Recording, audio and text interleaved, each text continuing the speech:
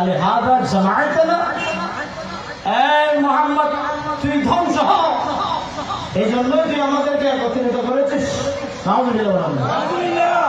এতক্ষণ বলতেছে তুমি মুহাম্মদ কোনদিন মিথ্যা কথা বলো নাই, তোমার কথা বিশ্বাস করবো না কেন? এখন বলতেছে যখন ইসলাম ধর্মের কথা শুরু করে দিলেন, আবু লাহাব বলে উঠলো, এই মুহাম্মদ তুই ধ্বংস হ, এই জন্যই তুই আমাদেরকে একত্রিত করেছিস।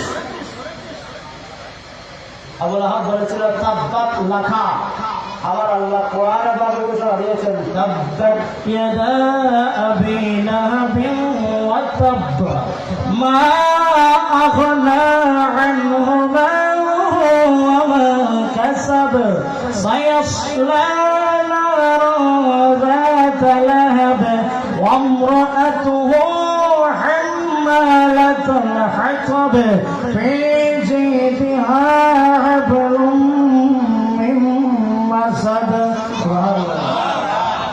আল্লাহ আয়াত পুরো সূরা নাযিল করে দিলেন আবু লাহাবের জন্য। আবু লাহাব আমার নবীর ধ্বংস চেয়েছিল, আমার নবী আমার আল্লাহ ঘোষণা দিচ্ছে তুই ধ্বংস হবে, তোর ওয়াইফ ধ্বংস হবে, তোর মালও ধ্বংস হবে। দিয়েছে যারা আপনাকে দুঃখ কষ্ট বেদনা,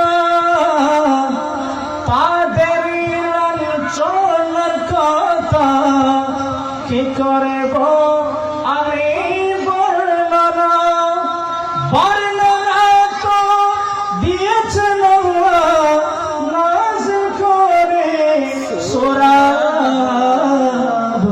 আল্লাহর প্রিয় হাবিব আপনি